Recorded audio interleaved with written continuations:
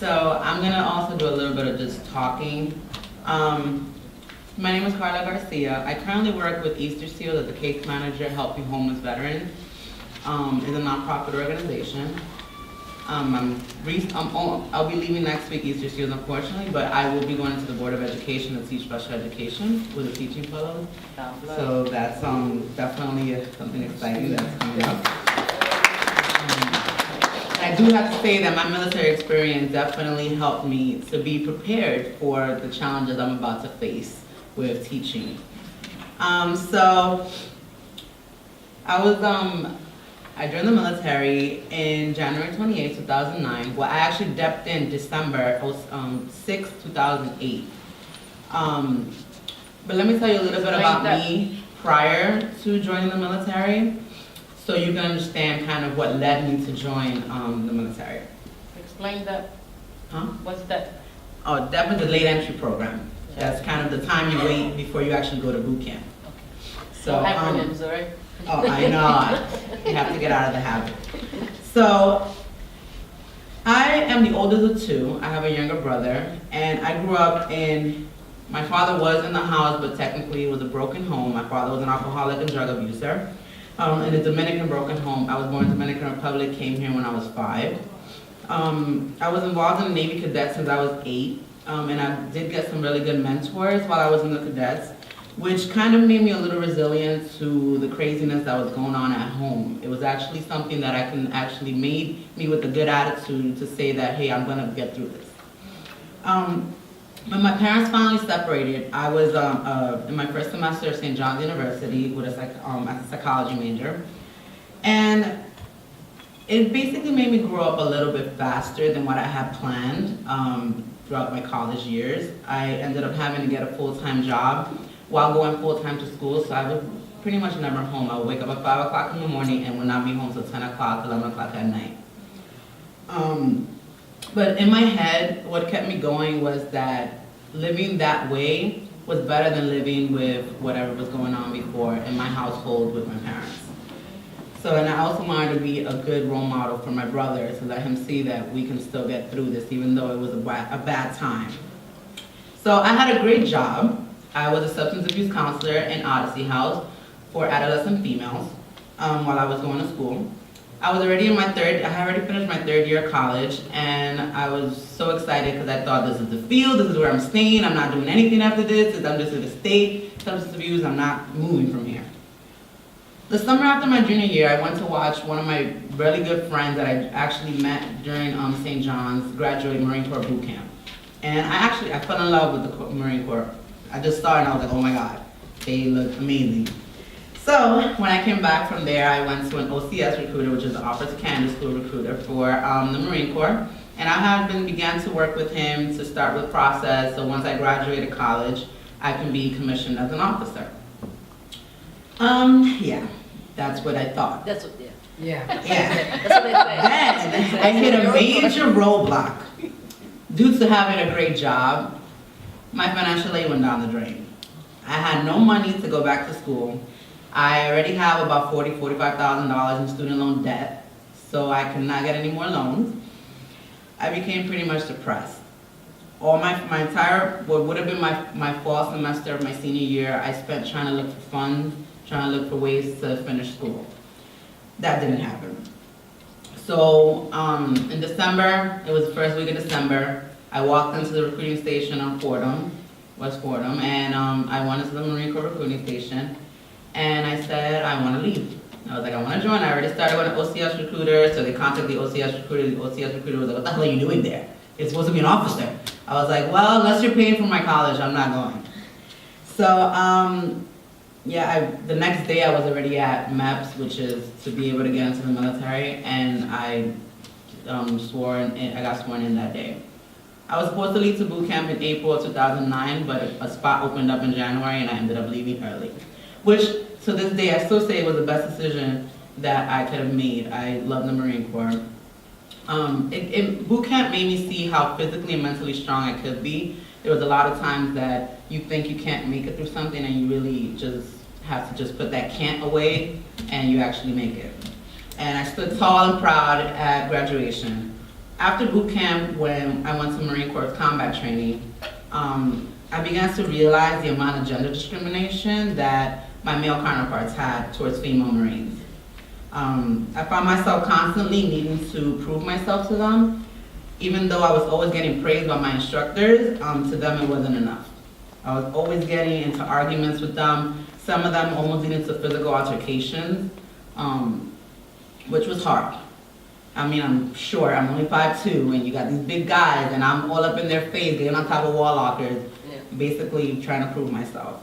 I was constantly getting told, why the hell are you in my Corps? Females shouldn't be in the Marine Corps. So that's, I dealt with that a lot, not only from the people that I was going through combat training with, but from superiors. By the end of combat training, I was known as that little crazy Bronx Marine who wouldn't take crap from people. Yeah, I graduated as a squad leader, got commendations for my tough attitude.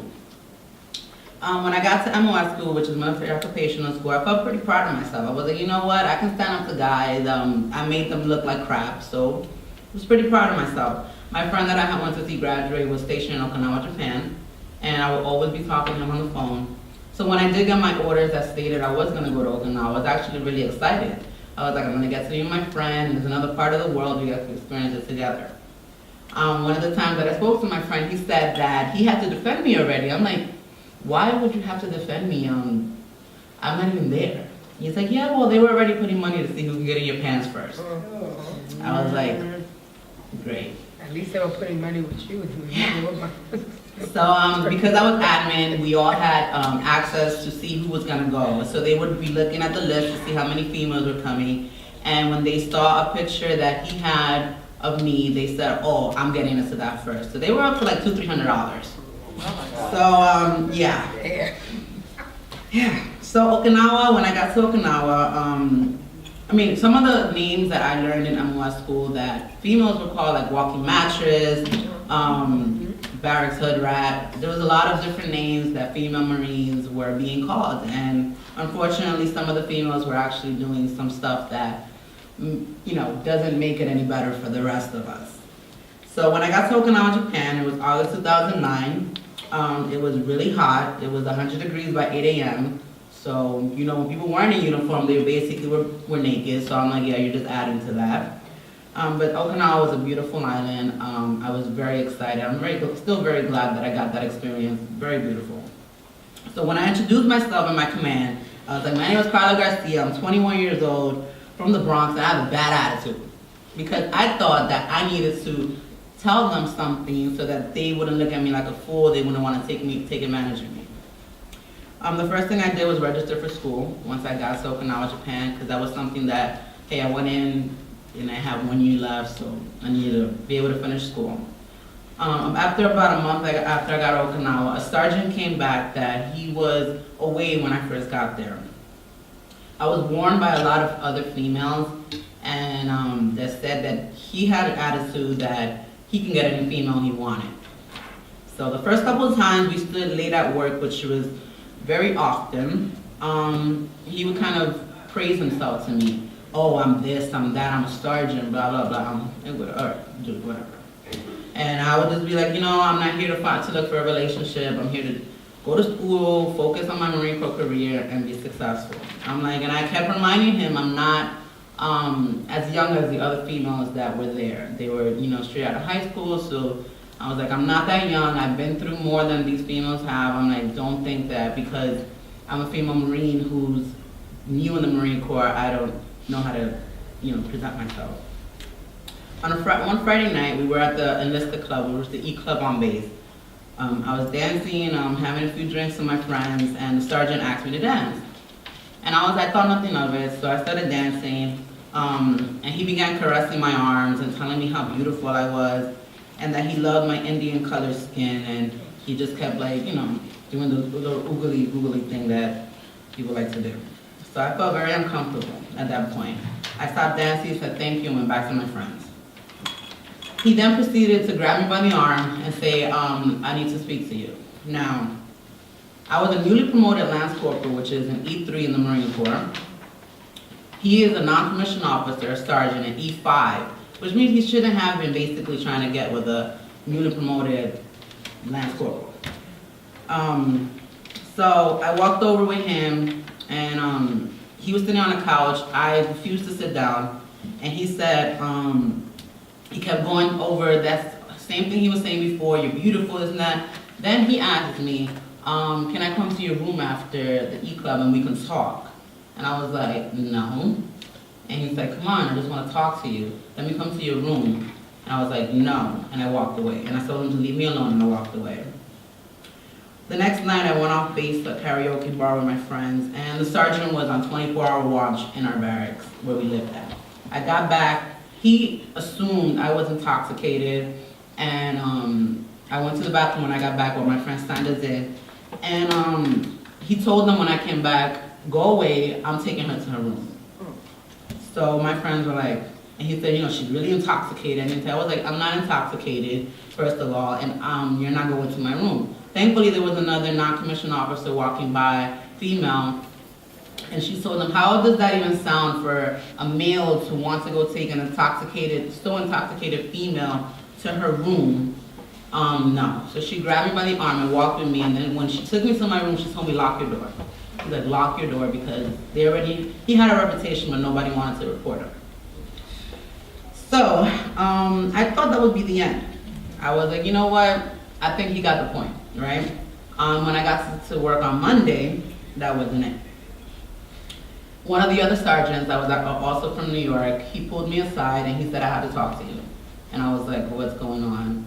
He said, the sergeant is going around saying that you are upset because you try to hit on him and you try to go to his room and he denied you.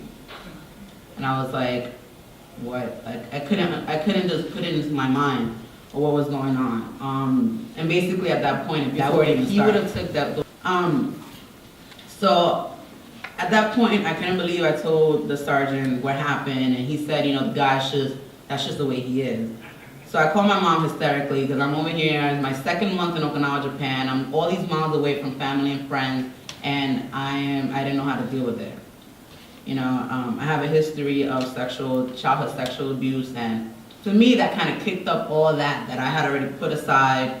And, you know, so I went to the process of filing a complaint. When he found out I filed a complaint, he cornered me between two vending machines in our building and was like screaming at me, what the hell are you doing? What the hell are you doing? He would grab me and he was shaking me, and I pushed him off and I went to my supervisor, my superiors. So he was moved downstairs in the same building, and it was swept under the rug. So after I saw that happened, every other time, it was the first time I got sexually harassed in the Marine Corps, but it wasn't the last. And so every time it would happen after that, I kind of took matters into my own hands. And yeah, I had a lot of good friends. I always hung out with a lot of guys because I felt like, you know, these guys, whoever I felt like I could actually trust, I felt like, you know what, I'd let them know and they would kind of protect me. Every time I would hang out with my guy friends, they would see the sergeant coming around, they would all stand around me. And they wouldn't let this sergeant come even within 2 feet from me. So, so even though this happened to me, I had a lot of other staff and COs come and try to grab my breast and kind of make things. It was horrible, you know. Like I had probably a sexual harassment very often, even though we had like sexual harassment classes every other week. It was still something that it was happening very vividly, and because I knew it was just going to get swept under the rug, I really didn't even want to continue trying to report stuff because it really doesn't matter to them. So even though this happened, I didn't let this keep me down in the military. I enjoyed my time in Okinawa. I was a part of the church choir, I taught Sunday school, I partied, I was an instructor for Young Marines program while still attending college. I actually enjoyed being a Marine, even though those bad times were there. I met my husband while I was in Okinawa, Japan, also a Marine, and that's when people really started staying away from me because he was a military policeman. So people were like, whoa. So he would, every time he was around, people really kind of, the guys that were doing this type of stuff kind of just go the other way. The sergeant tried to get me a reputation of being the barracks hoe. So I had to prove myself once again to all the people that were there that I was not going around with everyone, and I actually wasn't going around with anyone, so it kind of made it difficult when you have someone that has some type of reputation there. I took every opportunity the Marine Corps gave me as far as martial arts program, pistol range, anything that they would give me, I would go to. I was involved in a lot of things, so a lot of the staff and COs that I'm still friends with today, they actually helped me a lot get through a lot of the stuff that I was going through. I made lifetime friends in the Marine Corps. I mean, in Okinawa especially, because we were so secluded to the base and the barracks. So I made a lot of lifetime friends that I would never ever stop talking to. I wanted to be deployed. I really did. I like her. I felt at first that when I first was getting out of the military, I hadn't deployed, so I battled a lot with the word veteran, because I thought veteran, that means I should have been deployed. So I battled a lot with that word for a long time, and and then I think about the type of things that you go through in the military, and it kind of makes you a veteran because you didn't kill anybody. I really wanted to stab people. I walked around with a knife like her. My husband got me a knife, so I had a knife and I had it around my belt. Didn't get raped. And I told people, I said, if you come near me, I'm going to stab you. Like, try coming into my room and I'm going to stab you. Once there was an incident that a guy decided to get drunk and I had my door open from my room and he came inside and I took my knife out on him. I think he almost peed himself, but he ran back out. But, so yeah, it was stuff like that that made women in the military very uneasy. I even attempted to go to, when the big earthquake and tsunami happened in mainland Japan, I attempted to go there, but I was always told that I knew my job too much and they needed me there on base. So I didn't get to deploy, but now I kind of have an understanding of I accept the fact that I am a veteran, because I did, like I said, I raised my hand and I went in ready to deploy, but it just didn't happen. When I left Okinawa, I was definitely stronger, not just physically, but mentally. I was more independent. I built resiliency, and my tough attitude was always present. So even when I meet someone, especially a male, before they get to know the real me, I actually have that tough face on, and it's very hard to peel through that. It takes a while for someone to actually get to know the real me. So that's something that the Marine Corps, unfortunately, I came up with. And before that, I was kind of more social, and now I'm very reserved when it comes to first meeting men. When I got to Okinawa, Virginia, I was a different Marine than when I went in because of those experiences. I was very different. I don't regret joining, because I'm very proud to be a Marine. Now I'm in the Individual Ready Reserve, and I go once a year. We do the meetup to let them kind of, know what you're doing. So I'm very proud, and I have my husband and my son out of the Marine Corps for that. One thing that made me realize is that females have a long way to go before being treated and looked at as equals in the military. But by us joining together and facing these discriminations and harassment, that's the only way that we're going to get through. And by carrying knives around, But that's pretty much my story. So thank you. God bless. Thank you.